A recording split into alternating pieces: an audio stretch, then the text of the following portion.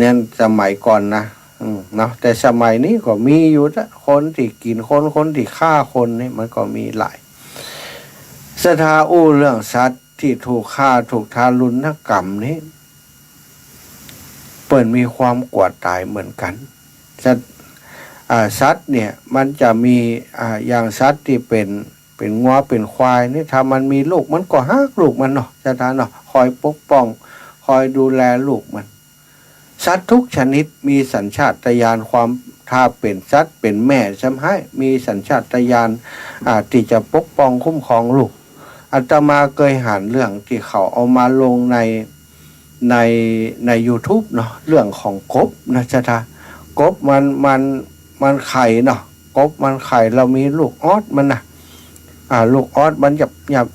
เนาะโอ้แล้วที่น้ำมันแห้งกะโอ้ยเนี่ยอย่างใดลูกมันจะตายเนาะ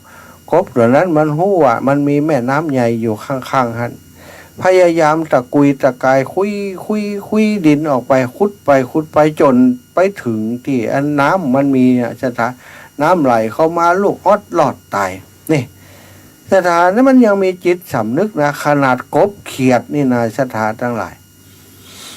เนาะอย่างสัตว์อย่างที่อู้ถึงสัตว์ใหญ่เนี่ยงัวควายจังม้าเนี่ยงัวควายนี่บัดเดี๋ยวนี้นะถึงวันนี้ก็มีหลายที่หลายแห่งที่เปิ่นไทยชีวิตโคกระบือมาเปิ่นอินดูมันก็ไทยมาเลี้ยงมาดูแต่เอาไปเอามานะอาตมาเคยหันครูบาอาจารย์ที่เปิ่นเมตตาสงสารอย่างเงี้ยไปไทยไปเลี้ยงเอามาดูแลเอาไปเอามาเป็นภาระเฮือตัวเก่าเอามาเป็นภาระเฮือกับคนที่ดูแลบอกว่าคือเขาไทยชีวิตหนึ่งมาแล้วก็เอาเฮือคนมาเลี้ยงคนมาเลี้ยงก็ต้องการเป็นรายได้สถาถ้าเลี้ยงบ่ได้มันบ่ได้อย่างนะบ่ได้อย่างแล้วเปิ่นจะเอาอย่างไรบอกว่าเอามาเลี้ยงล่ะห้ามฆ่าแม่มันแล้วลูกมันโลถ้าลูกมันใหญ่ก็เอาไปได้วะใช่ไหมก็เท่ากับว่าชีวิตต่อจากนั้นเราเขาอินดูเขาเขาก็ปล่อยเขาตายไปแหมอันนี้ศรัทธาญาติโยมเป็นปัญหาเป็นประเด็นที่ว่าเขาช่วยไทยชีวิตเปิ่นมาแล้วเนี่ยเปิ่นจะรอดไปถึงหมอกใดเนาะเปิ่นจะรอดไปถึงหมอกใดที่จะบาดโดนฆ่าโดนแกงเนี่ยตัวเปิ่นรอดแต่ลูกเปิ่นหรอลูกเปิ่นนี้ก็บรรลอดศรัทธาเขาจะมีกฎมีระเบียบอย่างไรก็ตามถ้าคนเลี้ยงเปิ่นเลี้ยงเปิ่นต้องการเป็นอาชีพต้องการเป็นรายได้เนาะว่าก่อนนี้งัวควายเนี่ยมันเป็นเปื้อนของมนุษย์เฮาเป็นคนที่จ่วยเนี่ยให้เนี่ยนาเนี่ยชะปะไถให้ไถนาซะท่าพอมดแห้งแล้วโอ้ส่งเขาลงเชือดลงฆ่าเนี่ยมนุษย์นี่เป็นสัตว์ที่โหดร้ายนะความกตัญญูกตเวทีบ่มีแต่ว่าบางคนเปิ่นก็เลี้ยงดูปล่อยให้อยู่จนเฒ่าจนแก่ก็มีเนอะใช่ไหมปล่อยให้ตายบักเมตตาอย่างอีหันความเป็นผู้ที่มีความกตัญญูอย่างอีก็คงจะมีน้อยใช่ไหมที่จะให้เปิ่นได้ตายเท่างัวควายต่างหลายเกิดมาแล้วโดนฆ่าโดนแทงหมดใช่ไหมอันนี้เป็นเวรเป็นกรรมของเขาเหมือนกันจากก่อนเขาอาจจะเป็นเพชฌฆาตเป็นคนที่ฆ่างัวฆ่าควายฆ่าสัตว์ตัดชีวิต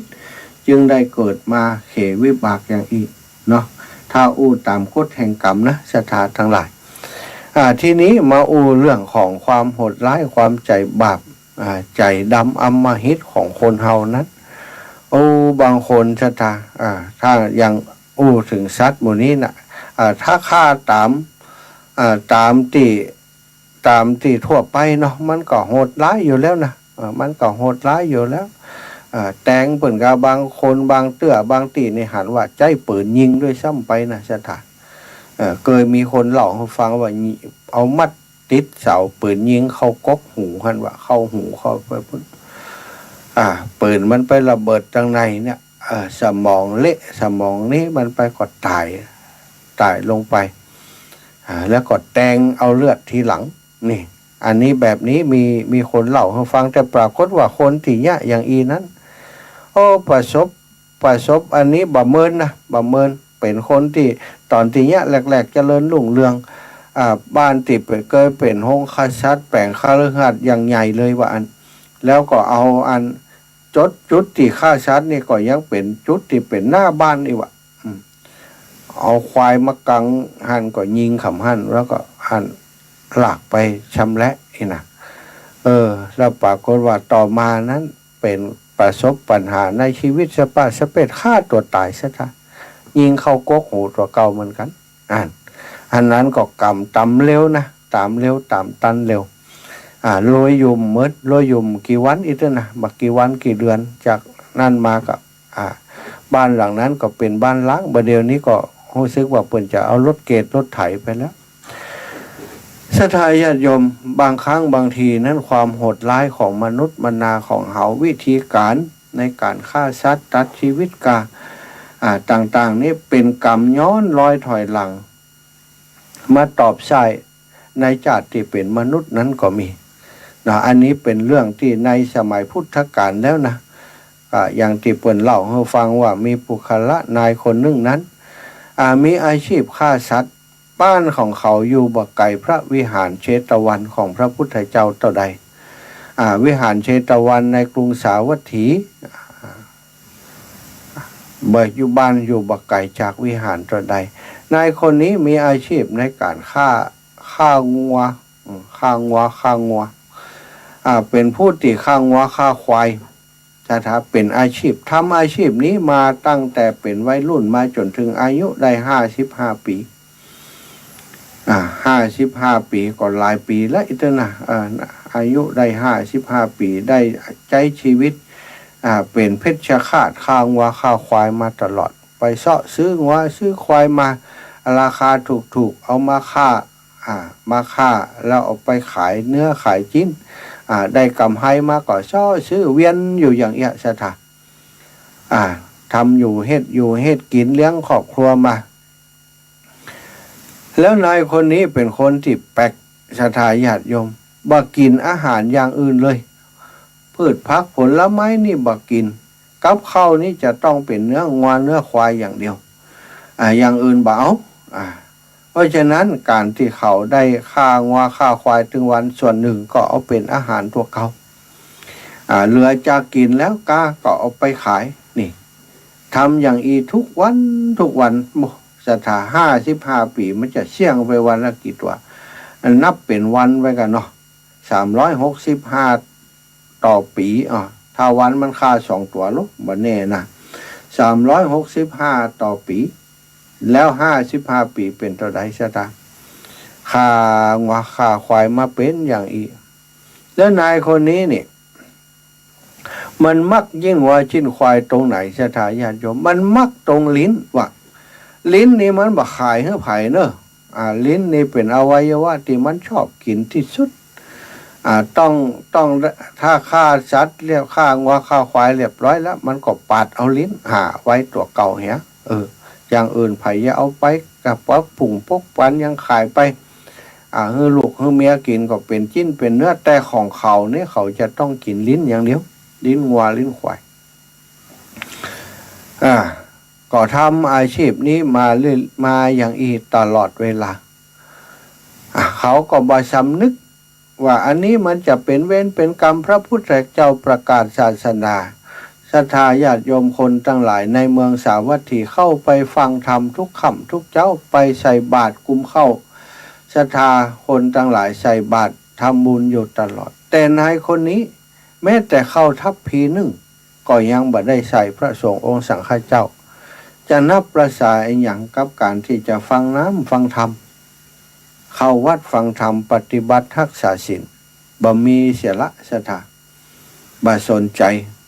ดูถูกดูหมิ่นคนทั้งหลายว่าโอ้โง่งมงายเจื่อยังบ่เข้าเรื่องคนเฮาเฮ็ดอยู่เฮ็ดกินไปกะชอบว่าหากินไปอันนี้ชอบว่าหากินได้เอาไปเลี้ยงทุเจ้าโอ้หมดบ่ได้ความว่ะ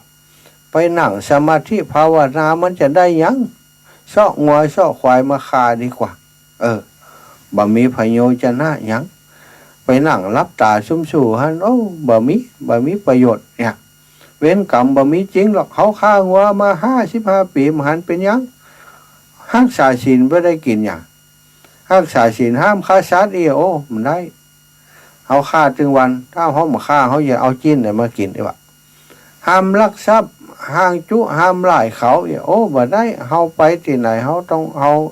ไปซื้องัวซื้อควายต่อรองบอกว่าโอ้บ้านปุ้นเปิ่นขายบ่ใจแพงเนี่ยขายราคานี้ความจริงไปบ้านปุ้นเปิ่นขายแพงกว่านี้ก่อนไปจุเขาทำจุก่อมได้ว่าอันโอ้รักษาศีลบ่เป็นเรื่องบ่เอาบ่รักษาถ้ารักษาศีลบ่ได้อยู่ได้กินนะปฏิเสธคุณงามความดีทั้งหมดบ่เชื่อเรื่องกฎแห่งกรรมบ่เชื่อว่ากรรมมีจริงถ้ากรรมไม่จริงมันก็ตอบใช่เฮาก็เฮาข้างว่าข้าวควายแต่เฮาหันเป็นยังล่ะสุขภาพเฮาก็ยังดีอยู่เฮาเจียจะท่าบ่ยอมเชื่อบ่ยอมฟังไผจะว่าจะสอนเขาจะไปจรไปวัดไปว่าไปเถอะเฮาไปเถอะเฮาไปไปมีประโยชน์ยังไปเถอะบางพ่องเกรงใจเขาไปเถอะเนอะเฮามีเวลาเฮาจะไปอย่าเกรงใจเขาแต่พอเขาไปแล้วก็ว่าทั้งหลังเหงางมงายมันใจเลือกใจเล่าเองนะจ๊ะอันนี้คือนายคนข้างว่านี่กึดอย่างอันจ๊ะแล้วก็ไปวัดไปว่าทั้งที่อาศัยอยู่ก็บักไก่จากที่พระวิหารเชตวันที่พระพุทธองค์ทรงประทับอยู่สักเท่าใดศรัทธาญาติโยมอันมีอยู่วันหนึ่งนายคนนี้ก็ไปขายจิ้นงัวเนาะขายจิ้นงัวที่ตัวเองฆ่าเรียบร้อยแล้วแบ่งกินเรียบร้อยแล้วนั้นก็ไปขายจิ้นงัวไปโดยภรรยาไปโดยกันกับภรรยาไปขายจิ้นงัวในเมืองสาวัตถีนั้นจนหมดเชียงสถาแล้วก็เอาลิ้นงัวนั้นเก็บไว้ชิ้นหนึ่งเก็บไว้ชิ้นหนึ่งมาถึงบ้านก็บอกเมียว่าอันเดี๋ยวข้าจะไปอาบน้ำก่อนเนอะแม่มันตัวก็เนี้ยกินท่าเนอะมีลิ้นอยู่ฮะนะเมียก็หู้แล้วว่าผัวต้องกินลิ้นอันที่เก็บไว้แน่นอนนี่นะก็เตรียมที่จะเอาลิ้นงัวตัวนั้นไปทำอาหารขณะที่ผัวสามีไปอาบน้ำแล้วก็เมียกำลังทำอาหารตั้งไฟตั้งหม้ออยู่นั้นก็มีเพื่อนบ้านที่เป็นญาติผู้ใหญ่หู้จักบักคุณกับครอบครัวนี้อุปถัมภ์ค้ำจูดูแลกันมาได้เข้ามาที่บ้าน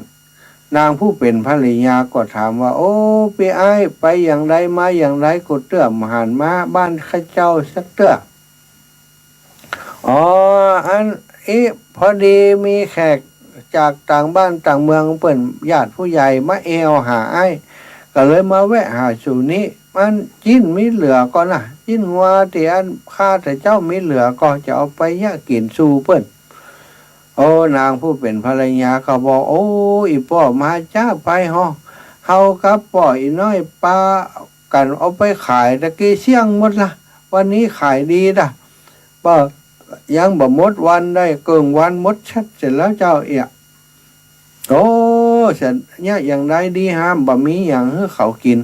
พอดีไปเหลือบหันว่านางผู้เป็นภรรยากำลังจะเอาลิ้นมากกเพื่อจะเอาไปแกงแกงไปปิ้งครับสามีได้กินใช่ไหมปจายคนนั้นผู้เป็นญาติผู้ใหญ่ก็เอาเหลือนิดตีนเหรออันขอเห็ดเถอะขอซื้อตีนนี้เห็ดเถอะจะขายเท่าไรก็จะเอาปกติขายได้สัก10สัก20เนี่ยกะเนาะแต่วันนั้นขายเท่าไรก็เอาอัน200เอาก็เอาก็มาว่ะมันมีแล้วเนาะหันแก่สตัง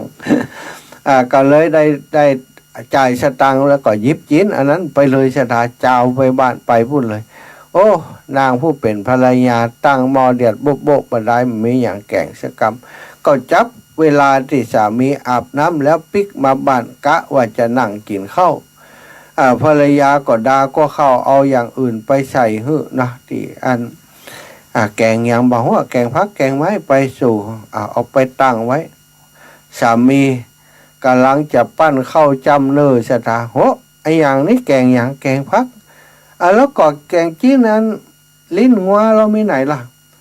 นางผู้เป็นภรรยาก็บอกว่าป่อมันตะกี้ติดตัวไปอาบน้ำเนี่ยปีอ้ายบ่าวของตัวนะเปิ่นมาซื้อไปเห็นแล้ว อันเปิ่นมีญาติมีแขกมาจากต่างบ้านต่างเมืองโอ้เปิ่นไปซื้อเห็นซื้อไปเห็นละเจ้าก็บอกว่าอย่างจะได้เลยเอาพักมาแกงคือนี่โอ้ติดขันนังกว่าเข่าใช่ไหมลังตังเต็งปิ๋ววุ่นกะหาบักกินเขาอย่างอื่นบักกินจะกินลิ้นอย่างเดียววะจะกินลิ้นงัวอย่างเดียวโอ้เมียก่อนหน้าจางเป็ดสถาญาติโยมผัวเป็นโกเลมังเลเพราะว่าผัวแกเป็นคนโหดร้ายนะกำมีดมาเมียก่อนหล่นไปแอบนึกว่าเพิ่นจะเอามีดมาแต่งตัวกำมีดอันซุยมีดไปแหลมมาได้คมกริบเลยเสร็จอะเดินตึงลงเฮียนไปเตียวไปหลังบ้านงัวตัวหนึ่งมัดอยู่หลังบ้านเตรียมจะฆ่าในวันพรุ่งนี้เข้าไปถึงงัวก็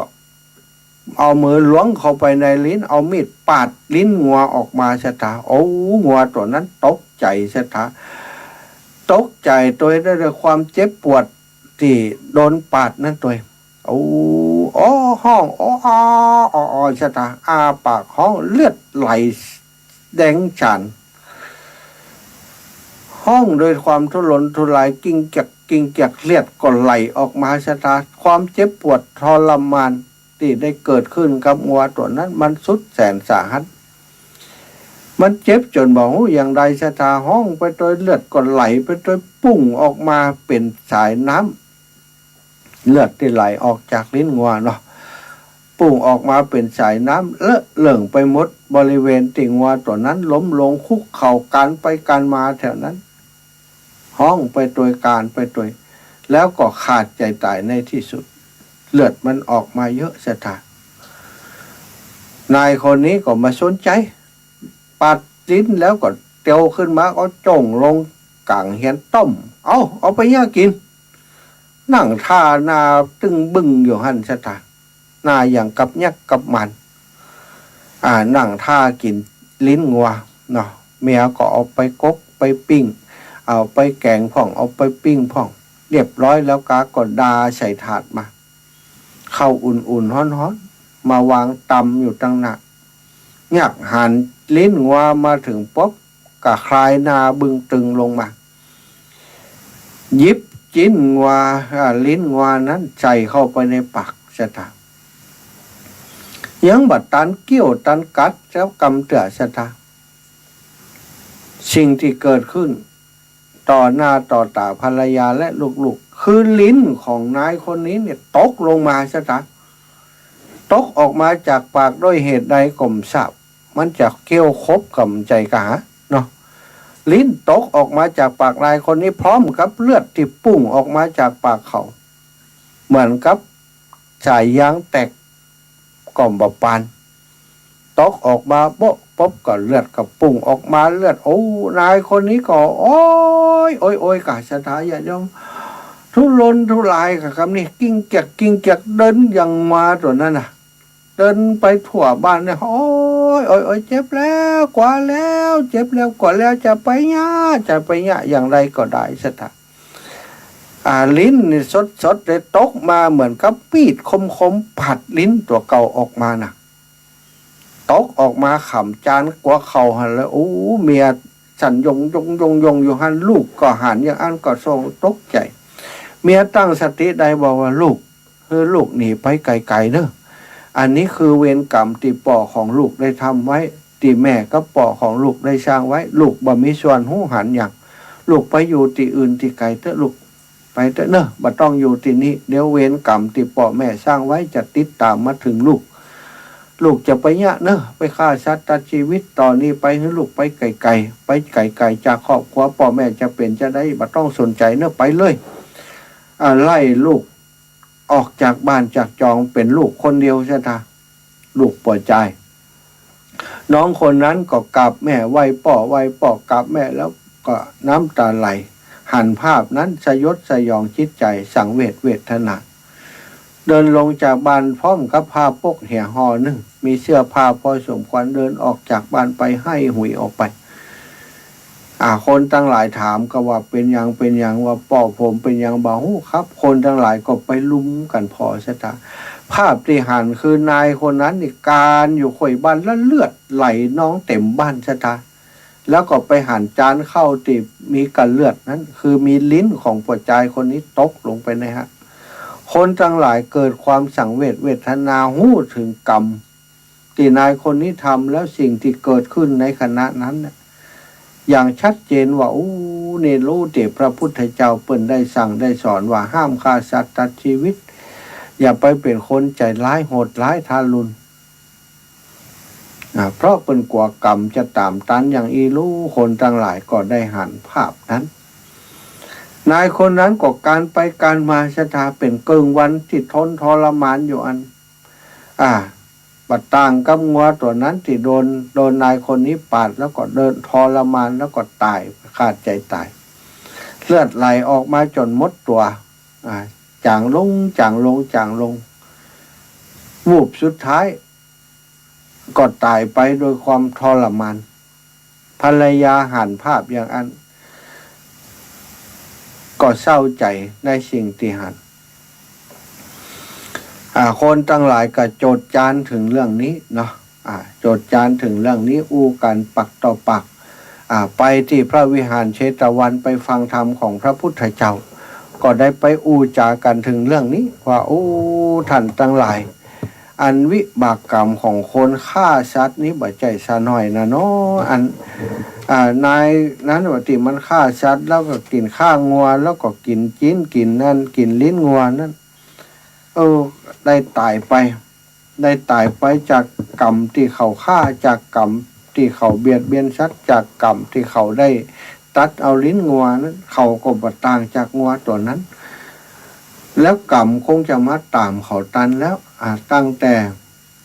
ต่55 ปีที่เขาฆ่ามาบอกฮู้กี่ตัวที่สัตว์ได้ตายไปจากการที่ถูกเขาฆ่าพระพุทธองค์ได้ฟังเรื่องราวทั้งหมดจากคนที่ได้มาเล่าคืออู้กันที่หันก็ได้ตัดขึ้นว่าท่านทั้งหลายกรรมอันว่าวิบากกรรมนั้นย่อมจะตัวคนที่กระทำนั้นถ้าเป็นกรรมดีก็จะติดตามตัวช่วยเหลือเฮาในยามที่ขับขันในยามที่เฮาลำบากถ้าเป็นกรรมชั่วนั้นก็จะติดตามไปให้ผลเป็นความทรมานอย่างที่ท่านทั้งหลายได้หันมานั้นเพราะฉะนั้นท่านทั้งหลายพึงสั่งวรไว้กรรมการกระทำของเฮาทุกอย่างเนี้ยเฮาบ่มีสิทธิ์จะปฏิเสธผลของมันหรือว่าวิบากของมันถ้าเฮาปรารถนาความสงบสุขเฮาก็ต้องแสวงหากระทำสิ่งที่มันเกิดเป็นความสงบสุขแต่ถ้าเฮาปรารถนาที่ความสงบสุขแต่ไปทำในสิ่งตรงกันข้ามมันก็จะบ่ได้ความสงบสุขบ่ได้บุญบ่ได้กุศลท่านทั้งหลายพึงสังวรไว้ศีล 5นี้คือสิ่งที่ควรจะยึดถือและปฏิบัติให้ถูกต้องจะไปล่วงละเมิดถ้าล่วงละเมิดผลมันก็จะเกิดกับท่านทั้งหลายเองนะบ่มีไผจะกำหนดกฎเกณฑ์เรื่องมูนี้หรือว่าจะหลีกเลี่ยงกรรมของตัวเก่าได้เฮากรรมทำกรรมเช่นใดมันก็จะได้กรรมเช่นนั้นตอบสายของเฮาทำกรรมดีกรรมดีคุณงามความดีก็จะติดตัวเฮาถ้าเฮาทำกรรมชั่วกรรมนั้นก็จะติดตามเฮาไปเหมือนกันบัดนี้ไปไหนอันนี้ศรัทธาญาติโยมอีพ่ออีแม่ทั้งหลายเนาะต้องเฮาเป็นชาวพุทธนับถือคำสอนของพระพุทธเจ้าเวนย่อมระงับโดยการบ่จองเวรแล้วก็กรรมคือการกระทำของมนุษย์คนเฮากรรมุนาวัตติโลโกสัตว์โลกย่อมเป็นไปตามกรรมเฮาทำกรรมไว้อย่างใดเฮาก็จะได้กรรมไว้อย่างเฮาก็จะได้กรรมนั้นก็จะตอบสายเฮาในที่สุดอยากจะพักเสียงสักกรรมนะแต่ก่อนจะพักเสียงนะก็จะฟังศรัทธาญาติโยมที่ตื่นมาบ่เจ้าสัก 4-5 สายก่อนเนาะ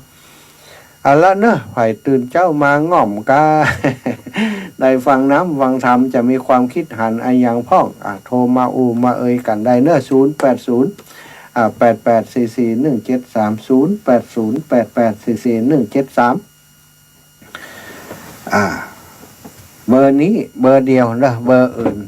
เบอร์อื่นไม่อนุญาตแถมเบอร์นั้นอาตมาใจในการไลฟ์สดอยู่เนาะสถา0808844173เนอะวันนี้ได้กลับมาที่อุทยานธรรมพระสุนทรมุนีแล้วสถากลับมาถึงตะวันเนาะแต่ว่าก็จะได้อยู่แหมคืนเดียวนะคืนนี้ได้นอนคืนเดียวอันนะแล้วก็วันนี้วันจันทร์นี่ละวันที่6วันนี้จะได้เดินทางไปที่จังหวัดอ่างทองอ่างทองนี่ก็ไปช่วยเหลือเนาะโยมปีซึ่งได้ไฟบ้านถูกไฟไหม้ก็จะไปแปลงที่อยู่ที่กินให้เปิ่นปลาสลาดลงไปจะได้แนะนำบอกเขาว่าแปลงตรงใดเนี่ยอย่างใดตามงบประมาณที่มีอยู่เนาะเจริญปอนเอาคนบ้านไก่เรื่องต่อมคนฆ่าควายนี่นะเจ้าแม่ท่านแม่เจ้ามาแม่ขอโทษนี่แม่ขอถึงฟังมันง่อมหาการก็โทรอย่างเอี้ยกะปกติในการมันก็ง่อมถ้าบ่โทรมาเขาก็ง่อมหาน่ะตัวก่อนนะเมื่อแม่เขายังนี่อยู่น้ำมีคนหนึ่งเนี่ยนำคนบ้านเขาเนี่ยนะเจ้าแม่ถ้าควายเอาควายไปไถ่นะผู้ชายนะไถ่ผู้ชายแล้วก็คนอยู่ด้านหลังนะว่าเกี่ยมอย่างมดบอกว่าโคตรใหญ่ควายเป็นโคตรเหนียวแล้วเอาขึ้นบนสอนจะฆ่ามันตายว่ะหน้าสังเวชหน้าควายเนี่ยอินดูนะแม่เนาะเขาคนมาไถ่หน้าแท้ๆนะผู้ชายเราก็ฆ่าบอกว่าคนที่มันจะนั่งยังเดียวจะนั่งอิจฉาอย่างกันนะฮะอิจฉาอย่างจะฆ่าคนตายว่ะโหดร้ายเนาะแม่เนาะโหดแค่ไหนนะอย่างอินดูเนาะแม่เนาะยังไม่ได้ย่างกันแต่เนาะเนี่ยคือชีวิตชัดเนาะทรมานเปิ่นก็เกิดมาใช้กรรมเปิ่นเหมือนกันเนาะแม่เนาะแฟนนั่นรถที่เจ้าหาที่อายที่ยิบเป็นนัดนะฮะเจ้าแล้วก็งานนั้นมุกมันเข้าสองต่อเลี่ยมสบายแล้วประเด็นเนี่ยเจ้าดีถือว่าเขาอ้อยก็เหมือนยังไม่กว้างเนี่ยว่ะลูกละหายเนี่ยว่ะจะมาเนี่ยหมูน่ากะอธิษฐานเอาบุญช่วยเนอะแม่เนอะบุญกุศลที่ทำไว้มันจะช่วยปกปักรักษาอีแม่มองว่าเจ้ามาแล้วเจ้ามาหาเจ้าสาธุขอบคุณอีแม่เนอะฮับสายพี่น้องตังเวียงเป่าก่อนเนอะแม่เนอะเจ้าสาธุโยมแม่บัวพัดกุหลันนะก็เป็นแม่ที่เคารพนับถือกันอีกคนนึงอยู่ที่เมืองต้นซ่านเมืองฝางพุ่นสถานโยมแม่ชีกันธนีนะอยู่เวียงป่าเป้าตะกี้สายมันลุดไปเห็นเนอะเจริญปอนโยมแม่ฟองจันเนาะเจ้าแม่ฟองจันพี่น้องดอยรอเจ้าตื่นตั้งแต่2:44แล้วจ้ะตื่นพร้อมกันนะกะตู้กับปุ๊กนาฬิกาไว้ประมาณนั้นนะแม่เจ้าทำแม่จะได้ก็ทำไปอย่างนั้นเนาะเขาอ่านก็ถึงชัดนี่เขาหันนั่นเวลาเปิดนั้นเจ้าเตียวต่างไปเปิดต่างว่าต่างควายไปอินดูเปิดเท่าไหร่ตื้มกาซบตามันนะรับตาเนี่ยรับตาว่าไรหันเนี่ยแต่ตัวเนื้อบุญรักษาเจ้าแม่บุญรักษาแม่ฟองจันเจริญปอนแม่คนงามแม่สาบเสมอเจ้าอีแม่ตื่นตาตีตาได้ยินเสียงเจ้าสบายใจสบายใจเนาะมีความสุขที่สุดในโลกดีละเลยแฟนพันธุ์แท้เจ้าแม่ธรรมะทุกเจ้าทุกเจ็ดเนอะสาธุไปกำลังใจรักษาสุขภาพเนอะจ้าแม่บุญรักษาแม่เนอะเจริญปอนที่ป้อน้อยบุญปั่นมโนครเมืองฝางงานหลายแต่ช่วงนี้ไม่สาครับท่านมหาเมืองฝางงานหลายแต่ ครับผมกัมมุนากับเป็นของใครของปนนะกะ น่ากะกัมมุนาวัตติโลโกเนาะป่อเนาะเออ ฟังหาท่านมหาอยู่เด้อพี่ไปเมืองลำปางแล้วกะวันนี้ ปิกมาตะวาแล้วป่อแล้วก็อันจะไปอันอ่างทองวันนี้ป่อไปอันพอ โอ้ บ้านพอจอง ไปไก่เดินทางปลอดภัยเด้อท่านมหาเด้อ จ้าป่อสาธุสาธุ โอ้กลับไปตาครับผม ขอบคุณป่อน้อยบุญปั่นมโนครโยมป่อเนาะสาธุเจริญปอนแม่อุ้ยแม่ชีเจ้าศาสตราจารย์ เออ มีตามคำอยู่เจ้า เจ้าไปแอวอันนี้ก็ข้าทาสเก้าจอมด้วยหลวงปู่ด้อยก่อน เจ้าไปอยู่เจ้าศาสตราจารย์มาก่อน การว่าจะพยายามมันไปปุ่นเนี่ยการขึ้นแล้วเราก็จะเดินทางกลับมาจะไปแอวตัวอีน่ะถ้าจะตันอยู่แม่ไปวันที่6 7 8 9 10ถ้ากลับมาก็กลับวันที่10เจ้าสาธุนะแม่นะ วันที่เจ้าก็จะไปอยู่ไปเรียนวันพระพันเป็นบุญเนี่ยเจ้า อ๋อเจ้าเจ้าดีละนะแม่นะสั่งสมบุญไปเนาะ สาธุสาธุ สา เจ้า ธุ กำลังใจเจ้า จ้าเจริญปอนพี่น้องเมืองนั่นปอนั้นประเสริฐนาน้อย ไว้สาข้าวท่านพระอาจารย์ที่บอกกติกาฟังโดยแต่เด็กนะครับนี่ สาธุอีปอ เขาชัดเจนดีนะครับฟังทุกวันดีเขาเข้าใจง่ายครับเนาะ เข้าใจง่าย เรา เนาะ ทำคำสอนเขาเอาคนได้ทำดีกับคนนั้นได้ดีแล้วเนาะเราก็วุ่นเลยเนาะ นั่นก็เนาะ ครับ เกี่ยวกับโหดแกเนาะโหดไล่แกหน่อยจักลิ้นเปิ่นมาปัดเนาะปอเนาะ ครับ คนวันนั้นอาศัยความโกรธความเกลียดเนาะปอเนาะ ครับมันก็ต้องกำมันก็ต้องรีเป็นที่ท่านนะครับเนาะไม่ต้องสนองอยู่ตลอด นะขนาดพระพุทธเจ้ายังอยู่เขายังขนาดนั้นเนาะ ครับกำลังใจทำ สาธุ ลูกมาหาได้ครับได้ขอให้ดีมีชุกอันวันยืนยาวนะครับได้รักษาสวัสดีได้ครับ ส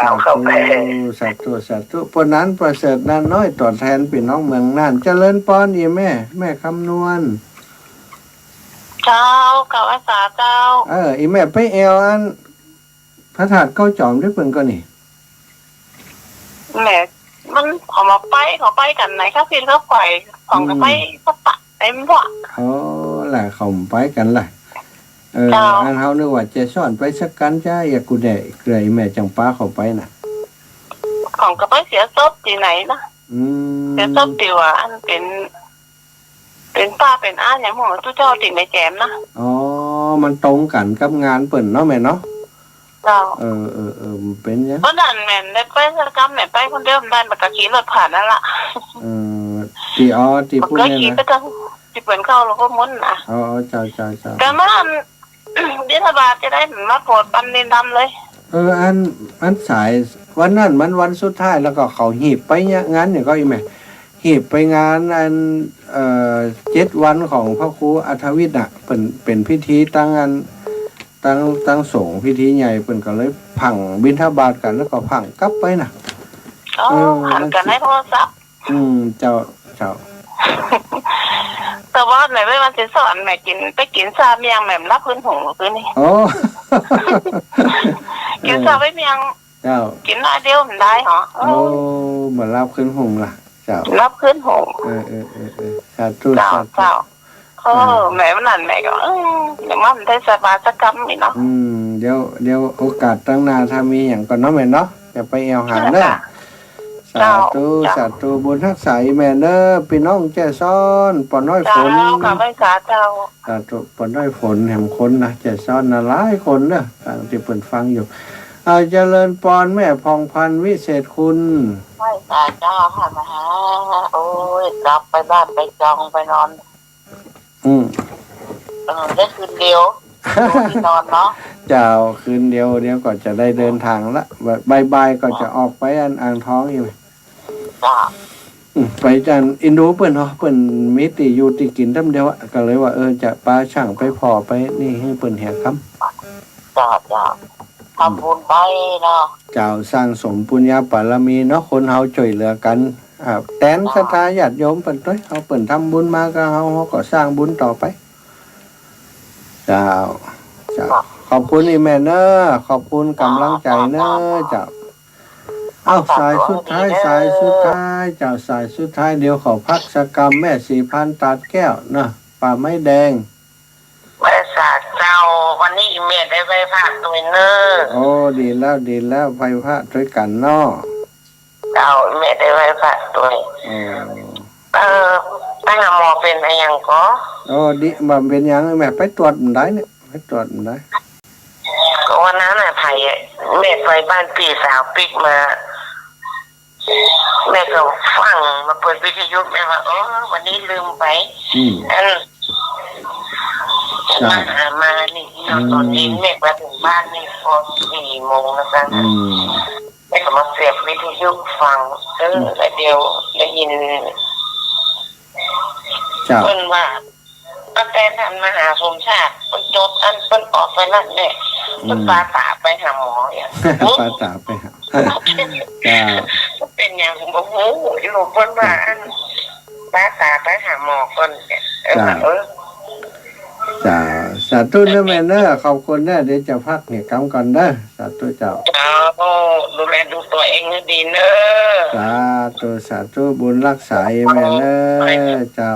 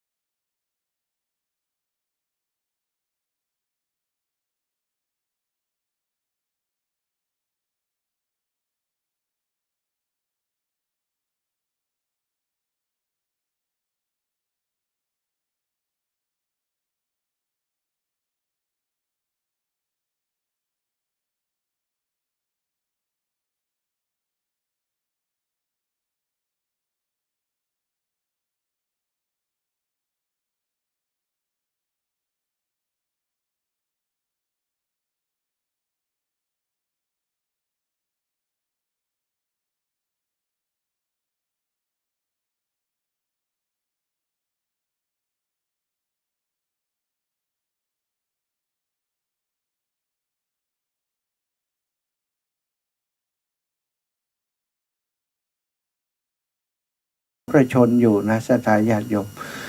คนที่มันลึกคนพยาปึกคนบ่เอากรรมมันก็จึงมีอยู่เปิ่นไปวัดไปวาไปเฝ้าพระพุทธเจ้าทึดๆตัวของแกก็เป็นผู้ที่มีเวรมีกรรมกรรมนั้นครับจำบ่ให้ตัวเก่าสามารถเข้าไปฟังน้ำฟังธรรมครับพระพุทธเจ้าได้อันนี้ก็เป็นเรื่องที่น่าเสียดายเกิดมาร่วมสมัยของพระพุทธเจ้าแท้ๆบ่ได้ปฏิบัติปัดปู่ดูแลตัวเก่าเพื่อพ้นจากเวรจากภัยจากโทษจากบาปจากกรรมเนาะอันนี้ก็เป็นกรรมครับนำเขาซะทะกรรมแต่อดีตชาตินั้นนะมันก็มาทำให้เขาได้เป็นอย่างอี้ในภพในชาติที่เจอพระพุทธเจ้าบ่มีโอกาสได้ฟังน้ำฟังธรรมศรัทธาคงจะจำได้ในเรื่องตะกี้นิติบอกว่าแม่บอกว่าลูกออกไปจากบ้านเห็นเนอะไปเลยไปอยู่ที่อื่นเถอะบ่ต้องมาเสวยวิบากกรรมกับพ่อกับแม่ละเป็นกรรมของพ่อของแม่ที่ประกอบอาชีพบ่ดีให้พ่อให้แม่ห้ามกรรมกันเถอะนะนางผู้เป็นภรรยาจะเป็นอย่างไรบอกว่าแต่ละอ่อนน้อยตีหนีออกจากบ้านไปนั้นศรัทธา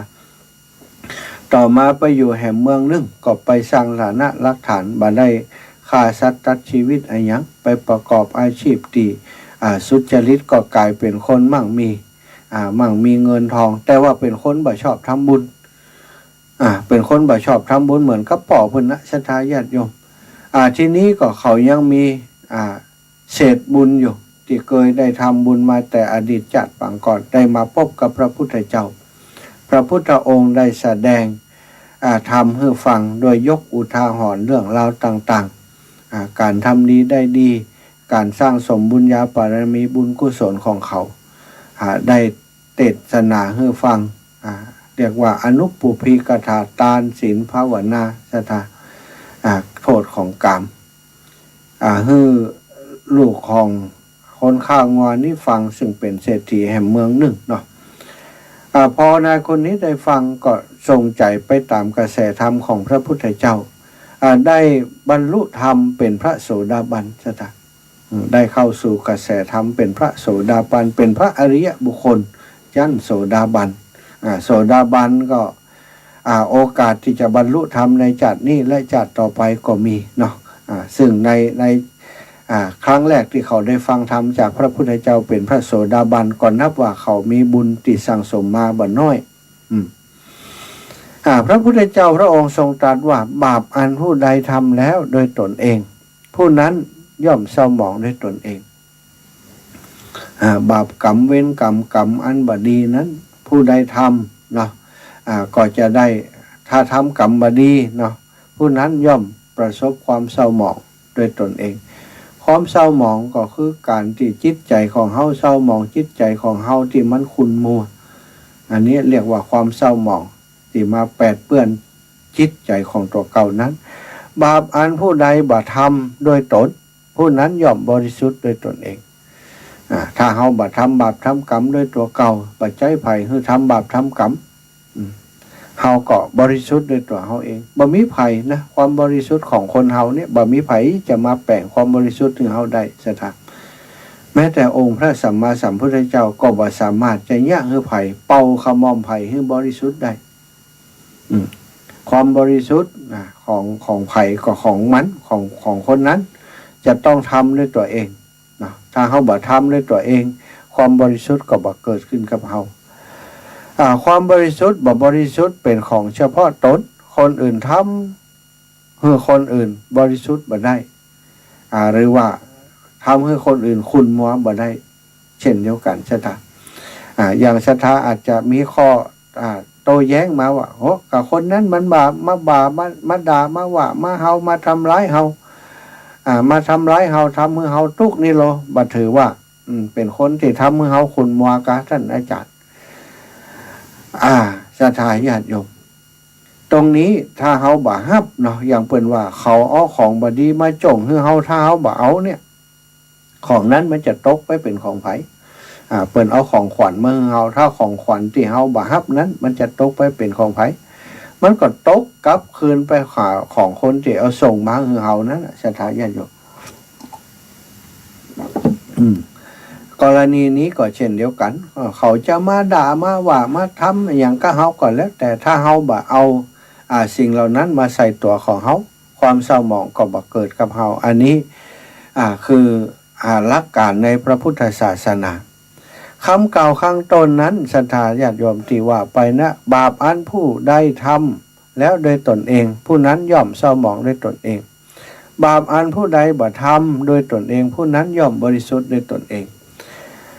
ความบริสุทธิ์ความบ่บริสุทธิ์เป็นของเฉพาะตนคนอื่นทำคือคนอื่นบริสุทธิ์บ่ได้อันนี้เป็นพุทธพจน์เป็นพุทธดำรัสของพระพุทธเจ้าศรัทธาคำกล่าวข้างต้นนี้ยืนยันเรื่องบาปเรื่องกรรมมีจริงส่วนจะต้องจดใจคือตันในชาตินี้หรือบัตันในชาตินี้นั้นบ่สามารถจะคาดคะเนได้เนื่องจากว่าคนเฮานั้นเกิดมาหลายภพหลายชาติบ่ฮู้กี่ภพกี่ชาติเพิ่นบอกว่ากระดูกของคนเฮาที่เกิดมานี่ถ้าเอามากองนี่เท่ากับภูเขาซิเนโรใหญ่กว่าภูเขาซิเนโรซึ่งศรัทธาถ้าใหญ่ขนาดภูเขาลูกหนึ่งบ่เล็กบ่เล่นนั้นมันก็จะเกิดมากี่ชาติบ่ฮู้เนาะอย่างอาตมานี่บัดเดียวบ่ฮู้กี่ชาติมาแล้วเนี่ยถ้าเอากระดูกมากองตั้งแต่วิญญาณจุตินี้มันจะก่อมาแค่ไหนเนาะอันนี้เพิ่นบอกว่าเฮาเวียนว่ายตายเกิดชดใช้กรรมการกระทำของเฮาเนี่ยที่ดีเฮาก็ได้รับผลที่บ่ดีเฮาก็ได้รับผลเวียนว่ายตายเกิดนี่บ่ฮู้กี่ภพกี่ชาติเนาะ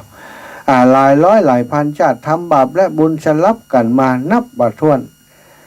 จึงยากที่เฮาจะฮู้ว่าเมื่อใดบาปหรือบุญจะให้ผลจะได้แก้ไขได้ทันเวลาศรัทธาบาปกรรมใครทำใครได้คณะที่บาปนั้นยังบ่หัน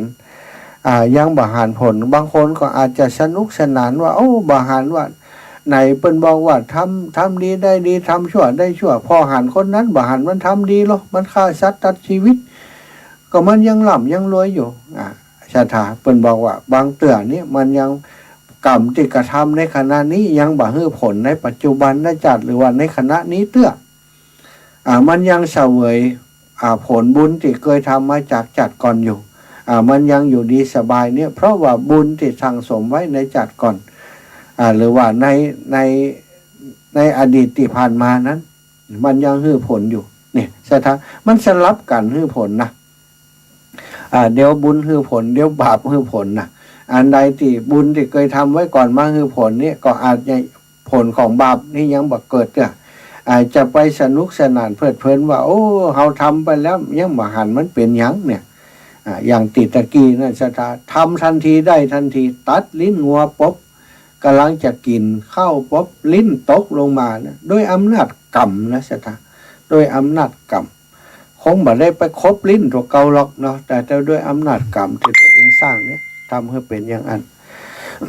ดังนั้นเปิ่นถึงบอกว่าบาปกรรมอภัยทำภัยได้เจตนาของผู้ฆ่าและผู้พยายามในการฆ่านั้นย่อมจะเกิดขึ้นเนาะได้ผลคนที่เนี่ยบาปกรรมใครทำใครได้คณะบาปยังบาปให้ผลก็สนุกสนานได้อยู่ต่อเมื่อบาปนั้นให้ผลเมื่อใดก็คงจะเอามือกุมขมับหลายคนเป็นอย่างอันซะนะดิ้นรนหาหนทางแก้ไขบางผ่องก็แก้ได้ผ่องอย่างเปิ้นว่าบัดเดี๋ยวนี้อายุตกเลขนี้เลยหรือว่าภัยเนี่ยบางทีเกิดเหตุการณ์ต่างๆเกิดขึ้นในชีวิตของตัวสิ่งที่บันน่าเกิดก็เกิดโรคภัยไข้เจ็บบางเตือไปหาหมอเปิ้นก็วินิจฉัยบ่ได้ว่าเป็นหยังสุดท้ายได้ไปเปิ่งพระสงฆ์องค์เจ้าได้ไปเปิ่งหมดหมอไปถามถามหมอว่ามันเกิดอะไรอย่างขึ้นเนี่ยหมอก็หู้ยาวายจะได้เป็นกรรมเก่าเนอะมันตัวมาตันต้องปล่อยปูปล่อยปลาใช้ทำบุญสะเดาะเคราะห์อย่างอันอย่างอีกบางผ่องไปเนี้ยแล้วก็หายก็มีนะศรัทธาก็อาจจะบังเอิญหายเนาะซึ่งถ้าทำบุญมันจริงๆแล้วการสร้างบุญบุญกับบาปเนาะบุญกับบาปบัจเจว่าสร้างบุญไปไถ่บาปนะศรัทธาสร้างบุญก็ได้บุญนั้นแต่ว่าบาปเนี่ยบางครั้งเนี่ยที่เขาเสวยให้มันอาจจะหมดแล้ววิบากกรรมที่เขาชดใช้มันหมดแล้วมันจังวะกับที่เขาไปทำบุญแล้วปรากฏว่าบาปมันก็หายไปกรรมที่เขาชดใช้เนี่ยมันก็หายไป มันบังเอิญกันเลยไปคิดว่าโอ้อัน ถ้าทำกรรมวันนี้ไว้ปล่อยผัวไปป่าก็หายบางคนคิดอย่างนั้นบัจจัยอย่างนั้นนะศรัทธาญาติโยมกรรมที่เขาทำไว้จะด้วยกายกรรมวจีกรรมมโนกรรมการฆ่าสัตว์ตัดชีวิตนะถ้าฆ่าน้อยสัตว์น้อยสัตว์ที่มันพอมีวิบากกรรมอย่างนักนั้นผลก็จะได้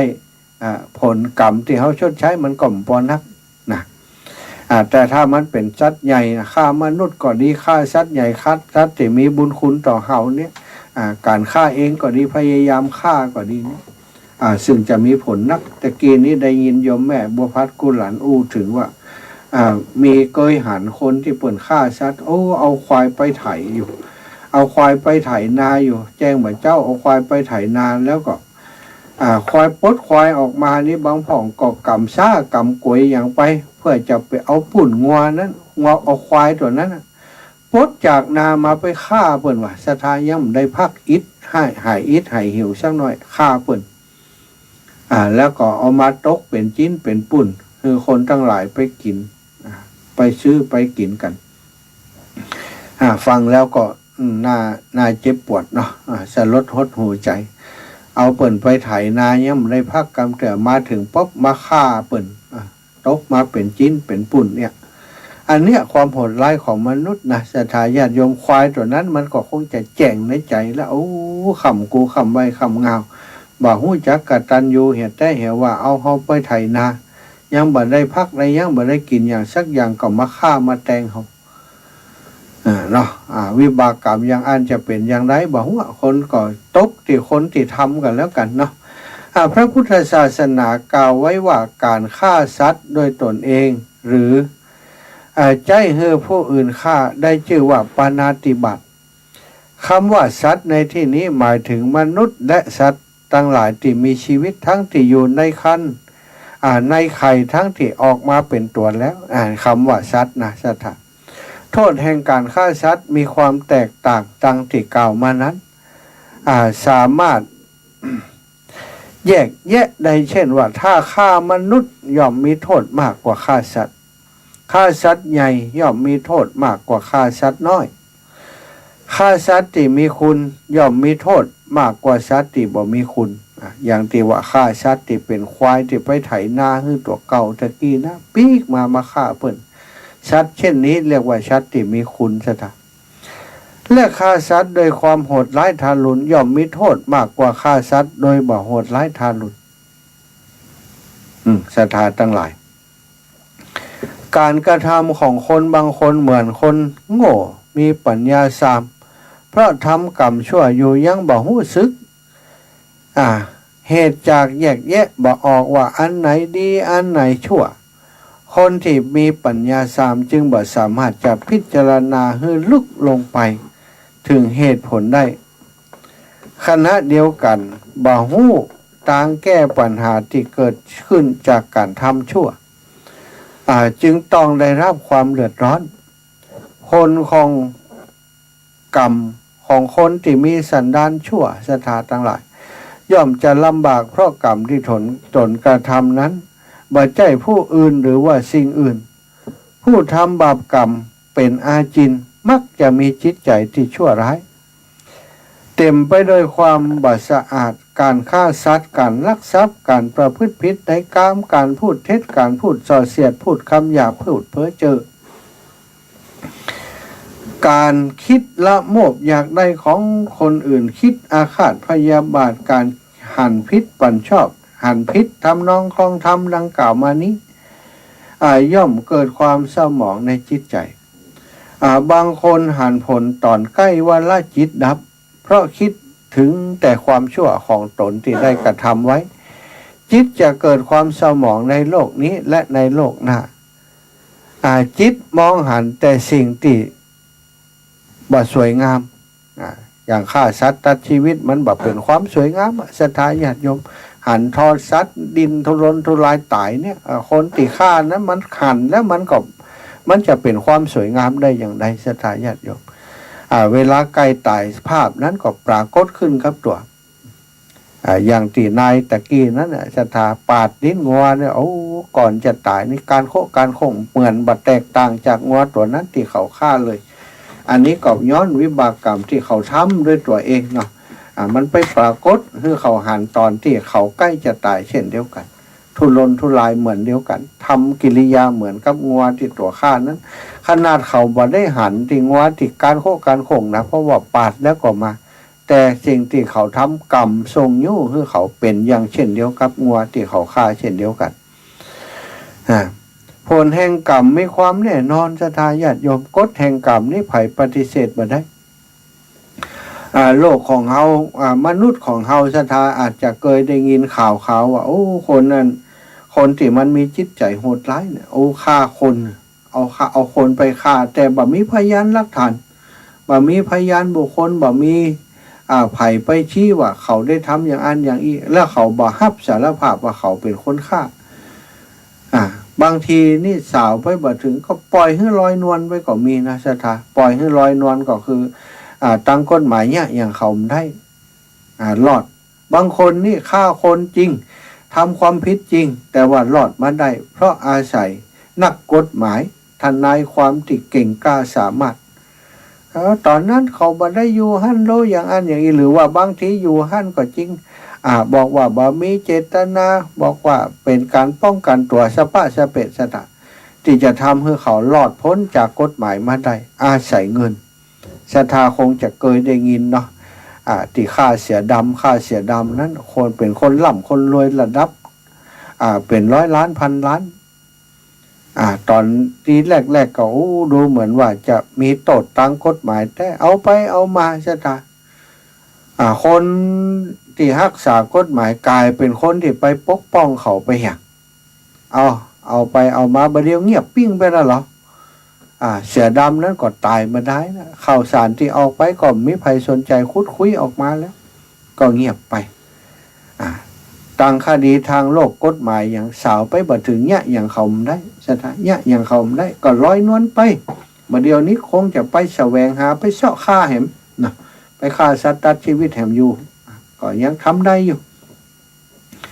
อันนี้กฎหมายสาวบ่ถึงนะแต่กฎแห่งกรรมนั้นบ่ต้องห่วงซะค่ะต้องห่วงตันถึงอย่างน้อยเนี่ยเขาจะมีความสุขสบายไปบ่ได้หรอกเวรกรรมที่เขาเนี่ยเขาสร้างไว้นั้นจะเป็นตราบาปติดตึงตาในใจเขาวันใดที่บุญที่เขาสร้างไว้หมดไปนะกรรมที่เขาสร้างไว้ก็จะตามหื้อผลบัจจัดนี้ก็จัดหน้านะพบนี้ก็พบหน้าอันนี้ปฏิเสธบ่ได้ถึงตั้งโลกเอาอย่างเขาบ่ได้แต่ตั้งธรรมหรือว่าตั้งวิบากกรรมนี่มันบ่ลดศรัทธาไปตกนรกมกไหมแล้วจะมาขอลดหย่อนผ่อนโทษนี่หมดสิทธิ์ศรัทธานะทำกรรมอย่างใดไว้ต้องจดใจกรรมนั้นจนถึงที่สุดอันนี้เป็นสิ่งที่น่ากว่าแต่คนตั้งหลายที่บ่ได้ฟังบ่ได้ห้ำได้เห็นบ่ได้หู้เรื่องนี้นี่อาจจะคิดว่าโอ้มันกรรมอย่างต่างๆนี้ทำไว้นะก็ชดใช้ด้วยการทำบุญเนี่ยคนละอย่างกันบุญก็เป็นจะตอบแทนเป็นบุญนั้นไปเสวยความสุขแต่ส่วนของกรรมที่เขาทำไว้เขาก็ต้องเสวยวิบากนั้นศรัทธาจะสังเกตเห็นว่าบางครั้งร่างกายของเขาบางครั้งสภาพชีวิตของเขาบางทีก็มีความสุขบางครั้งก็มีความทุกข์โดยหาสาเหตุมาได้โรคภัยไข้เจ็บบางอย่างก็เหมือนกันบางครั้งก็หาสาเหตุมาได้บางอย่างก็หาสาเหตุได้บางทีอย่างมีโยมญาติโยมบางคนว่าอีแม่อันเป็นอย่างอันอย่างอีมาหลายมื้อหลายวันหาสาเหตุมาได้ท่านท่านี้ไปอธิษฐานเรื่องอัน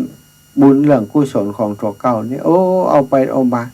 หายไปอย่างปิดทิ้งบอกว่ามันหายไปคำใดวะอันนี้ก็มีเหมือนกันศรัทธาญาติโยมเนาะอาจจะเสี่ยงกรรมละที่เราได้สร้างได้ทำไว้มันก็บุญมาตอบใช้เรามันก็ทำให้สิ่งที่เขาเป็นโยนมันหายไปเป็นบอกว่ากรรมที่มันจะบ่ให้ผลนี่นะศรัทธาผลของกรรมนั้นมันมีความแน่นอนเพราะมันเป็นกฎธรรมชาติอย่างเขายิกตัวเก่านี่ค่ะยิกอย่างใดมันก็เจ็บอย่างอันถ้าเขาหนวดมันก็สบายถ้าเขายิกมันก็เจ็บ มันเป็นกฎธรรมชาติกฎธรรมชาตินี่เปลี่ยนแปลงบ่ได้กฎแห่งกรรมก็เช่นเดียวเปลี่ยนแปลงบ่ได้เขาทำกรรมอย่างใดเขาได้รับกรรมอย่างนั้นเขาทำกรรมดีเขาก็ได้รับผลเป็นความสุขใจเป็นความสบายใจเขารับทำกรรมชั่วมันก็เป็นกรรมชั่วนั้นความบ่สบายใจตอบใส่เขามันเป็นกฎธรรมชาติต่างจากกฎระเบียบที่คนในสังคมสร้างขึ้นเปรียบเทียบกับการปลูกพืชลงในดินจะตัดเขาปลูกมะม่วงมันก็จะเป็นมะม่วงนะมันจะออกมาเป็นขนุนมันคงเป็นไปไม่ได้เขาปลูกขนุนมันจะออกมาเป็นมะม่วงก็ไม่ได้ปลูกบะเป้าก็ได้บะเป้ามันจะได้หมากเป็นไปไม่ได้จะได้ปาล์มเป็นไปไม่ได้ปลูกพืชชนิดใดก็จะได้พืชชนิดนั้นตามเผ่าพันธุ์ตามกำเนิดของมันนะ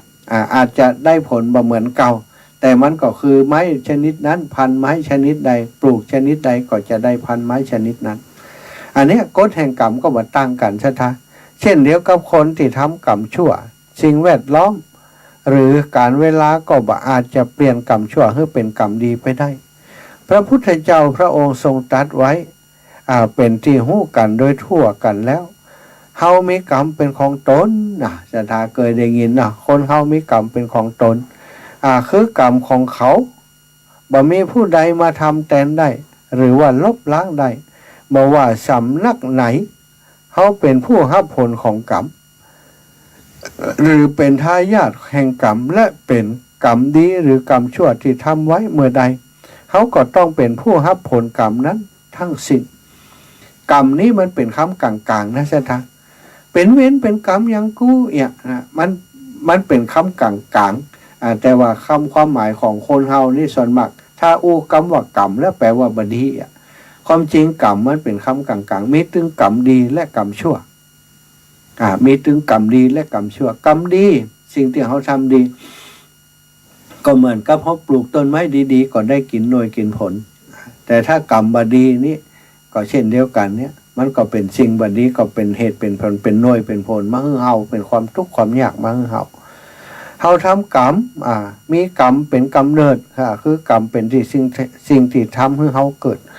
คนเขาเนี่ยเปิ่นบอกว่ามีกรรมเป็นกำเนิดมีกรรมเป็นเผ่าพันธุ์เนี่ยใช่ไหมเขาเกิดมาด้วยกรรมของเขาสิ่งที่เขาเกิดมาเป็นมนุษย์นี้ทำไมมันแตกต่างกันใช่ไหมบางคนเกิดมา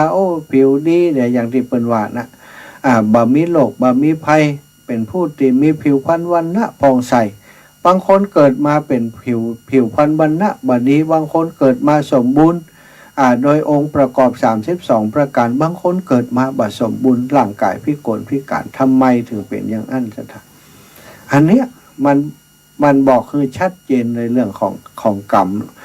กฎแห่งกรรมที่ทำให้เฮามาเกิดทำมาเกิดมาเป็นโลกมนุษย์คนเฮามีจิตใจแตกต่างกันเพราะกรรมบางคนเนี่ยเป็นคนจิตใจดีงามชอบช่วยเหลือผู้อื่นบางคนนี่จิตใจโหดร้ายหยาบกระด้างชอบเบียดเบียนรังแกผู้อื่นชอบชกฉวยผลประโยชน์จากผู้อื่น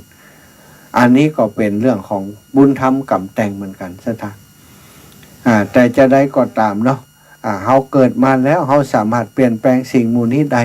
ถ้าเฮามาพบพระธรรมคำสั่งสอนของพระพุทธเจ้าเฮาฮู้เรื่องราวมูนี้ในชีวิตที่เฮาเกิดมานี้เฮามีโอกาสที่จะสร้างกรรมดีไปตั้งหน้ากรรมบดีที่เคยสร้างไว้ก็ดีกรรมดีที่เคยสร้างไว้ก็ดีเป็นเรื่องของอดีตไปแล้วแต่เรื่องของปัจจุบันนี้ที่เฮามีชีวิตอยู่นั้นถ้าเฮาหากรู้ว่าถ้าเฮาทำดีเนี่ยย่อมจะได้ดีถ้าเฮาทำบุญทำกุศลย่อมจะได้บุญกุศลตอบสายถ้าเฮาทำสิ่งบดีก็จะได้สิ่งมูนี้ตอบสายถ้าเฮาเข้าใจชีวิตอย่างนี้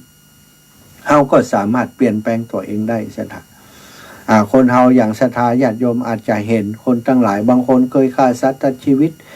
พอรู้ผลของกรรมของการกระทำของตัวเก่านั้นเขาเปลี่ยนแปลงตัวเองก็สามารถเปลี่ยนแปลงชีวิตไปในทางที่ดีได้แต่ถ้าคนที่รู้แล้วบ่เปลี่ยนแปลงนั้นศรัทธาญาติโยมก็จริงจะทำให้ตัวเก่านี้จมลงไปในวิบากกรรมที่ตัวเองสร้าง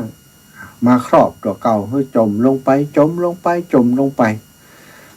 ในอัตภาพนี้ก็ได้รับความทุกข์เกิดไปในอัตภาพอื่นหรือว่าหลังจากตายไปแล้วก็ไปเสวยวิบากกรรมเนาะ อย่างนายติวาตะกี้นะมีคนถามพระพุทธองค์ว่าเขาได้เสวยกรรมอย่างท่านตายเห็นในภพนี้เต่าอันค่ะพระพุทธองค์ตรัสบอกไปว่าแม้แต่ภพตั้งหน้าที่เขาจากไปก็คือไปอยู่ในกุมพีมหานรกนะมหานรกขุมตีใหญ่ไฟลุกโชนช่วนเป็นคนที่ต้องเสวยวิบากกรรมอย่างอันที่หานร้องโอดโอยอยู่นี้ยังน้อยไปตกไปมรณะนั้นซ้ำโดนนักกว่านั้นว่าโดนปาดลิ้นดึงลิ้นออกมาปาดสดเลือดไหลปุ่งออกมาสดเสวยวิบากกรรมตายแล้วฟื้นตายแล้วฟื้นตายแล้วฟื้นอยู่ในมรณะเป็นแสนมหากัปโอ้สถาทรมานเท่าใดสัตว์นรกนี้ตายไปแล้วเกิดตายแล้วฟื้นตายแล้วฟื้นอยู่ตรงหันสถาเสวยวิบากกรรมที่สุดแสนทรมานอันนี้การกระทำของคนเฮาถ้าขาดความยั้งคิดชีวิตของเขาก็จะเปลี่ยนไปในทางที่ชิบหายได้เลยสถาญาติโยมอย่างนายฆ่าสัตว์คนนี้นะต้องระมัดระวังมีลูกมีเต่ามีลูกมีหลานพยายามสั่งสอนบอกกล่าวคือเขาห่างไกลจากการทำอกุศลกรรมอกุศลกรรมบอกว่าตั้งใดสถา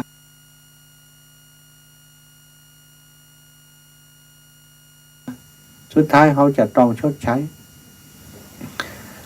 ควรที่จะสั่งสมคุณงามความดีสร้างสมบารมีในทางที่ดีไว้คนเฮาถ้าเฮาบัดทำคุณงามความดีจิตใจมันก็มีโอกาสจะไปสร้างสิ่งที่บัดดีการสร้างคุณงามความดีเป็นการป้องกันไว้สถาป้องกันบ่ให้จิต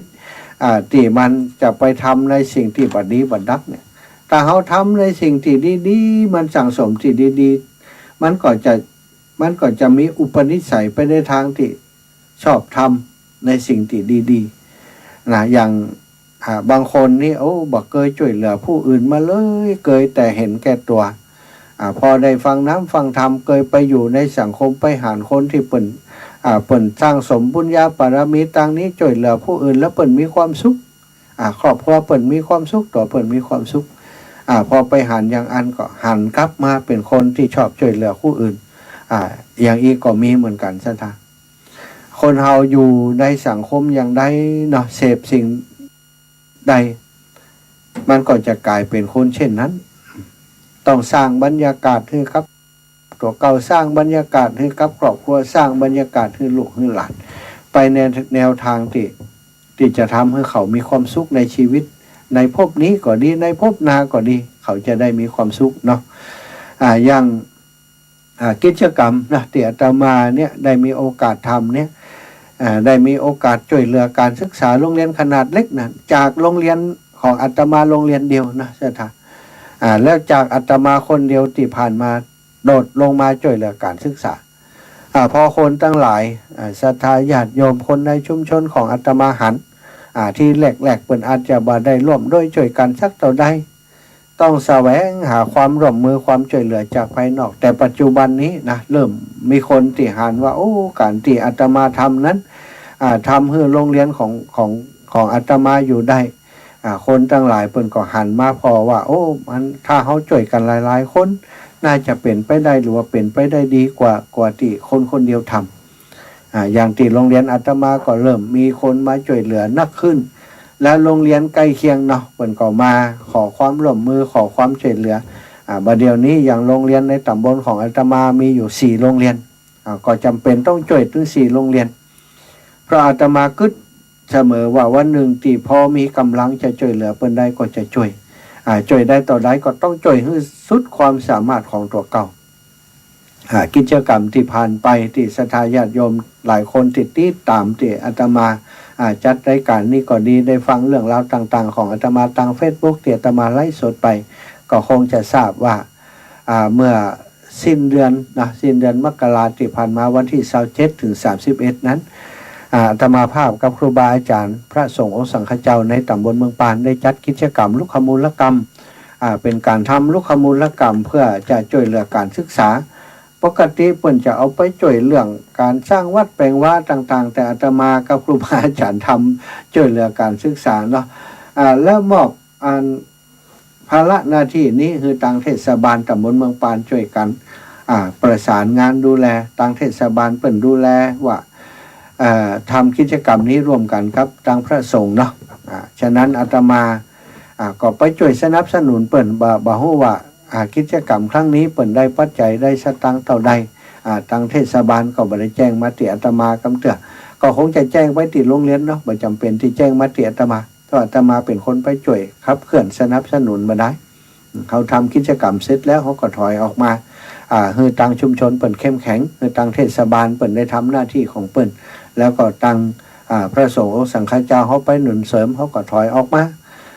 คือเปิ่นได้ทำหน้าที่แบบสมมุติแบบบ่ได้ไปก้าวไกลหยังบ่ได้ไปฮู้ว่าเปิ่นได้ปัจจัยได้สตางค์ต่อใดเขาแค่ไปทำหน้าที่บันไดซึ่งวันนี้นะศรัทธาก็เป็นอีกภาระหน้าที่หนึ่งที่อาตมาจะต้องทำก็เป็นงานช่วยเหลือผู้อื่นเหมือนกันไปช่วยโยมพี่สาวเนาะพี่สาวคือถ้าถามว่าเป็นพี่สาวที่การด้วยกันมาก็ไม่ใช่เป็นพี่สาวที่เคารพนับถือกันเป็นคนในหมู่บ้านในชุมชนเดียวกับอาตมาเป็นคนที่น่าอินดูสงสารชีวิตของเปิ่นตั้งแต่น้อยมาที่อาตมาได้ฮู้นี่ก็คือเปิ่นเป็นคนที่เป็นคนทุกสถานทุกบ่มีให้มีนาทุกสมัยก่อนทุกขนาดที่ต้องขอเข้ากินแต่เปิ่นก็สร้างตนสร้างตัวขึ้นมาเป็นคนที่มีหน้ามีตาในสังคมได้ช่วยเหลือชุมชนของอาตมาหลายเรื่องเหมือนกันได้ช่วยกันสร้างวัดสร้างวาเนาะเปิ่นเอากฐินเอาผ้าป่ามาตอนที่สมัยที่เปิ่นยังหนุ่มอยู่นะเจ้ากฐินผ้าป่ามาช่วยเปิ่นเป็นคนที่มีสังคมกว้างก็ได้ช่วยเหลือชุมชนมานักหนาหลวงปู่พระราชจินดานายกวัดเจดีย์ซาวหลังก็ฝากปัจจัยไปสนับสนุนฝากความช่วยเหลือไปถึงเหมือนกันเนาะอาตมาจะลงไปช่วยเปิ่นวันนี้จะลงไปอ่างทองคงจะเป็นตอนบ่ายใช่ไหมไปช่วยแปลงที่อยู่ที่กินให้เปิ่นตั้งเปิ่นหายเปิ่นห้อมกันมาเนาะก็เป็นได้ปัจจัยมาบ่นักต่อได้สักแสนปลายเนี่ยถ้าจะสร้างอย่างที่มันนักหนากว่านั้นก็คงจะต้องรอไปสักระยะหนึ่งให้เปิ่นได้ฟื้นตัวสักระยะหนึ่งก่อนตอนนี้ก็เลยจะไปทำให้พอเปิ่นอยู่ได้มีที่ทำกับข้าวกับป่ามีที่รับที่นอนที่ปลอดภัยปลาช่างปลาฉลาลงไป 4-5 คนจะเดินทางตอนบ่ายวันนี้เนาะอันนี้ก็เป็นงานหนึ่งที่อาตมาคิดว่ามันเป็นการช่วยเหลือผู้อื่นเป็นความสุขเนาะถ้าบ่ช่วยเหลือมันเหมือนกับว่าเฮาก่อนแรงน้ำใจเฮาหันเปิ่นทำคุณงามความดีต่อบ้านต่อเมืองแต่เฮาคือคนทั้งหลายอาจจะไม่มีโอกาสบ่มีเวลาไปช่วยเปิ่นแต่เฮานี่ถือว่าเฮาบวชมาเป็นพระสงฆ์องค์สังฆเจ้าแล้วก็อาจจะทำหน้าที่ในการสงเคราะห์คนบ่มีเวลาก็ต้องจัดหาเวลาไปอันนี้ก็จะลงไปสัก5-6 วันก่อนที่จะกลับมาในธุระในภาระของงานของครูบาอาจารย์ที่จะไปช่วยเหลือเปิ้นซึ่งถ้ากลับมาตันวันที่10จะไปแอวกับหลวงปู่ดอยพระครูปฏิภาณธรรมทินที่เปิ้นจะไปสักการะพระธาตุเก้าจอมนะก็จะไปแอวที่เปิ้นแต่ว่าถ้ามันตันก็คงตามนั้นแต่หวังว่าคงจะตันเพราะเอาช่างไปหลายคนถ้าวางงานอย่างเรียบร้อยก็อาจจะเดินทางกลับมาก่อนได้ส่วนงานของครูบาอาจารย์ท่านอื่นๆก็มีงานที่วัดอันปุ้นสถาญาติโยมวัดอันวันที่6เนอะวันที่8นี้จะมีงานที่วัดบ้านทุ่งอันตำบลหัวเสือเนาะตำบลหัวเสืออำเภอแม่ทะท่านอาจารย์พระเจ้าอธิการสันติสุขยานะเมธีเปิ่นจะมีการแสดงพระธรรมเทศนาเป็นงานของจังหวัดไปจัดกิจกรรมที่วัดบ้านทุ่ง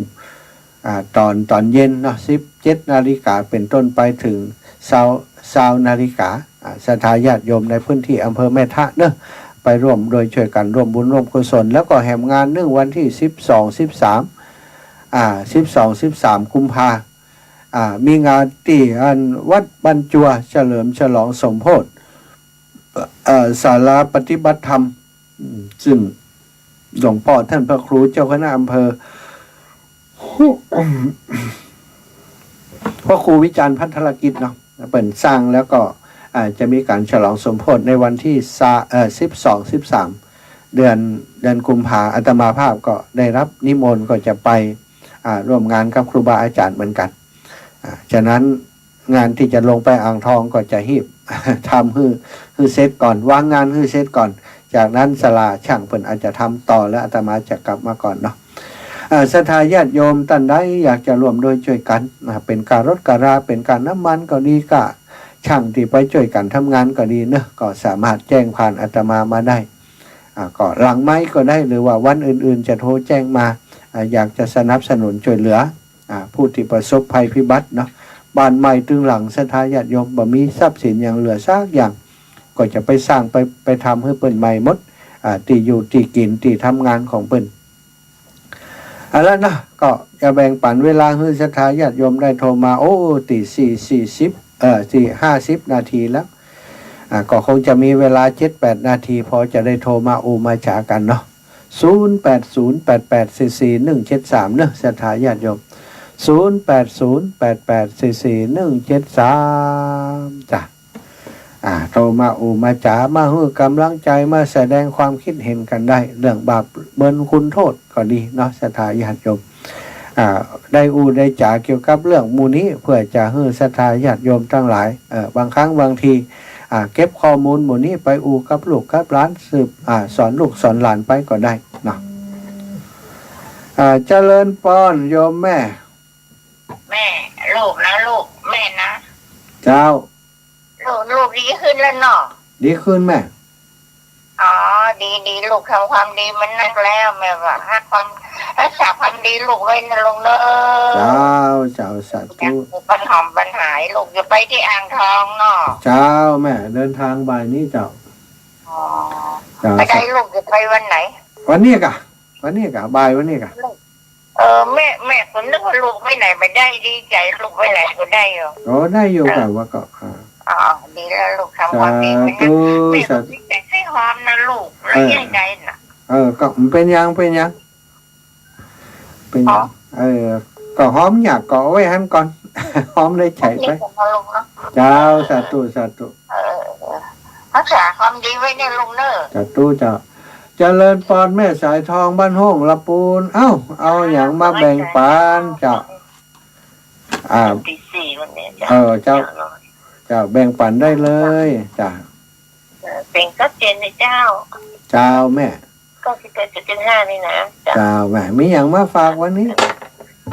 เรื่องเก่าๆนะเจ้าเอาว่าเลยขออนุญาตเจ้าเกิดแก่เจ็บตายหากมีคู่จานคู่โตนมเท่ายิงใจมีเกิดแล้วก็ย่อมมีสายเพราะว่างงควายชัดคนจุโคหากเป็นความจริงไม่ใช่แช่งที่เกิดมาในโลกนี้บ่มีใครไหนคนใดหลีกลี่ตีหนีจากตายได้ไปนาอันนี้ละเจ้าโตอันนี้จ๋าว่าสังขารมันยินแจ้งมั่นเกิดแก่เจ็บตายบ่มีขีดขั้นบอกว่าคือนอนข้ามเจ้าถ้าแก่นหาสารบ่ได้แต่เล่าหมุนเวียนเป็นปิ้งไปโมโหสุดแม่นระวังเละมดใสว่าถ้าเว้นไปอยู่แต่จังเกิดมีที่ไหนตายก็มีที่นั่นก็ตามกรรมเตรียมการพาป้องข้างร่างห้องเกิดมาไกกาจันต้องจมมิ่งขวัญมันดาอวัยวะกายะมังสาลูกลักษณะแข่งขุดขาด้วนตีนกุดมือด้วนย้อนกรรมตัวตันหมดตบตักตาหมดต่อฟางลิบนิ้วขวางปากกักกระดิกดิบ้าจิตไหนปวงฟังก็คว้าบ้าหลายแต่จีดไปในปากก็มาเป็นถ้อยนะเจ้าสาธุสรุปเรื่องราววันนี้เนาะเจริญพรอยู่แม่เจริญพรแม่เพนคนสู้ชีวิตว่าแต่ก็ถ้ามาหาได้ชัดเจนดีเด้อดีกะชัดเจนก่อนดีแล้วเอาแสงไฟให้หน่อยเนาะจ้าแม่แสงไฟสว่างจะแสงไฟสว่างแต่สาธารณะสว่างใจสว่างตาได้แสงไฟสว่างใจได้แสงธรรมเจ้าฟังชัดเจนถ้ามาหาเดินทางไปอ่างทองก็ปลอดภัยเด้อสาธุบุญรักษาแม่เด้อสาธุเจ้าเก่าเจ้าเดิมมาแล้วแม่ยายพรร้องวัวแดงมาสการเจ้าทั้งหลายเจ้าข่าวว่าเนี่ยเจ็บจริงข่าวเจ้าไปแล้วหายละใช่ก็เขาเรียกมาจะโชว์ว่าถามแล้วฉันนี่มันเชื่อมาแค่นี้เหรอเลยหายแล้วสบายแล้วสบายดีแล้วเจ้าขอบคุณยี่แม่เนอะ เดี๋ยวจะห้ามสายไปน้องใช้ประการก่อน จะต้องขอคือเดินทางปลอดภัยเนอะ สาธุแม่ยายพรอยู่บ้านกับปลอดภัยเนอะเจริญพรแม่สีทองหนองบัวชัยประการ เจ้าสบายดีกับเจ้าท่าน สำบายดีกินอิ่มนอนรับ หนาวก็ต้องพูดหนาวก่อนนะ โอ้พอหายแล้วโลดตั้งเมืองฝั่งหนาวอยู่ก็ตั้งชัยประการน่ะ เจ้าหนาวอยู่เจ้ามันหนาวแต่ว่าเจ้าอ่ะ อ๋อ ตอนเมื่อครั้งนี่มันหนาว เจ้า ถ้าได้ผ่าตาถ้าละจ้ะ อ๋อพระตานี่บ่ได้พาแต่ตีนนี่บ่แน่วันที่เช้าเราฟังวันที่เช้าก่อน จ้ะ ตาบ่ได้พาป่าเปิ้นบ่หลอกเด้อวันหน้าก่อนนี่วะสัก10 ปีใจได้อยู่อีวะ อ๋อโยมแม่ผ่ามาเรียบร้อยแล้ว อันเฮามันเท่าเด้อเนาะถ้าเท่าอย่างนี้แม่ก็โดนเนาะ เจ้าเขาไม่ปลอดภัยเนี่ย สาธุบุญรักษาอีแม่เจริญปอนพ่อบุญตันเอากึดเติงหาอีป่ออยู่เด้อ ไปสานะ ป่อบุญตันเจดีย์3 ยอดเนาะป่อเนาะ ครับ ฟังจากวัดไฟหินเนาะป่อเนาะ ครับ ชัดเจนนี้ก็ วันนี้ท่านอยู่ไหนตอนเนี้ย วันนี้อยู่อันสุนทรมุนีเดี๋ยวบ่ายบ่แรงก็ปุ่นอ่างทองปุ่นป่อ ครับ เดินเตียวเห็นละ กลับบ้านเนาะ จ้าเดินไปจ่วยอันญาติโยมปุ่น กลับไปสาท่านเด้อ สาธุบุญรักษาอีป่อเด้อบุญรักษาป่อบุญตันเจดีย์3 ยอด แม่สุแก้วคำอ้วน มาสกัดเจ้า เจ้าไอ้แม่ว่าได้เลย อย่างนี้ไรไปน่ะเดินกับว่านี่ไร อ๋อไปเดินอย่างไปได้เดินมันไปถึงง่ายๆไอ้แม่วันนี้เอาช่างไปช่วยนั่งรถไปกัน เดินให้หน้า เอาอันรถปิกอัพไป ใส่เครื่องมือใส่อย่างไป แล้วอันเจ็บสีเนี่ยหมอน่าไม่ได้ตาเหมือนกันหรอก วันที่เช้าไอ้แม่ไปอันเอ็กซเรย์ MRI เรียบร้อยแล้วก็ต้องไปรอฟังหมอวินิจฉัยครับเป็นยังอีกอะ เจ้า เราจะทำการรักษาอย่างไรค่อยว่ากัน เจ้าทานก็ว่าเราต้องเดินกับเราต้องเดินกันเนอะ เจ้าแม่ก็รอมันหายเพื่อเนาะ เจ้า เจ้า เจ้านี่มาสกัดเจ้า สาธุบุญรักษาแม่เนอะ เจ้า แม่สุแก้วคำอ้วนสีเทียบเอาละเนาะสถาญาติโยมตอนนี้เวลาหมดเวลาใกล้หมดเวลาสรุปสายให้ฟังเหตุกรรมก็แล้วกันเนาะสำหรับวันนี้สถาญาติโยมโทรมาคือกำลังใจนักหนาป้าปานเนอะบางพ่องโทรมาบัดตันทับสายก็มีเนาะสายสุดท้ายตะกี้แม่สุแก้วคำอ้วนสีโพธารามยางเนื่องสารปีพ่อบุญตันเจดีย์3 ยอดแม่สีตอนหนองบัวชัยประการแม่ยายพรร้องหัวแดงแม่เพนคนสู้ชีวิตแม่สายทองแม่อุ้ย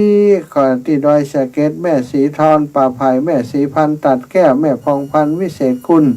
แม่คำนวณบันดินดำปอหนานประเสริฐนาน้อยแม่อุ้ยแม่ชีกันธนีพ่อบุญปันมโนครเมืองฝางแม่อุ้ยอินแม่สาบเสมิงแม่ฟองจันดอยหล่อแม่บัวพัดกุลันแม่จันฟองปงดอนเนาะนี่ก็โทรมาเนอะก็ขอบคุณทุกเสียงทุกสายที่โทรมาให้กำลังใจเอาละวันนี้เวลาหมดเวลาขอให้ทุกท่านที่ได้ติดตามรับฟังรายการอยู่ในขณะนี้ให้มีความสุขความเจริญจัตตารโอธรรมาวัฏันติอา